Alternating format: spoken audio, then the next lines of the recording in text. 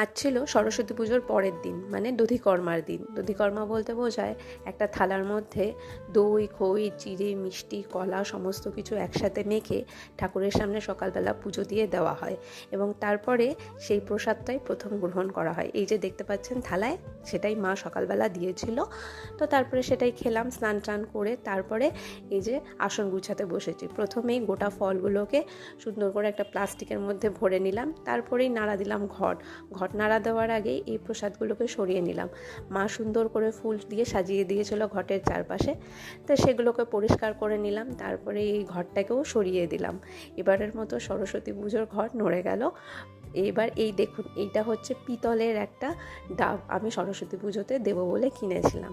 তারপরে এই প্রসাদগুলো ভুর্জি, চাল যা যা আছে সব গোটা ফলের সাথে একসাথে প্যাকেট করে দিলাম। 51 টাকাটা যেটা মা দিয়েছিল সরস্বতী মায়ের চরণে, সেটা আমি আমার এই বড় ঘরটায় রেখে দিলাম। সরস্বতী মাকে এবার নিজের আসনে যেখানে থাকেন আর কি, সেখানে রাখার পালা। মেঘা আগেই নিজের বই সরিয়ে নিয়েছে। অবশ্য আমাদের আসনে একটি সরস্বতী মা আছেন, তো এটা থাকে আমার ঘরে।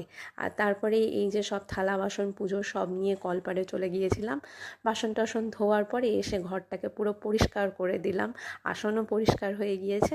আর এই দেখুন সরস্বতী মা, এবারের সরস্বতী মা নতুন করে আমার এই আলমারির ওপরে অধিষ্ঠিত হয়ে গিয়েছেন।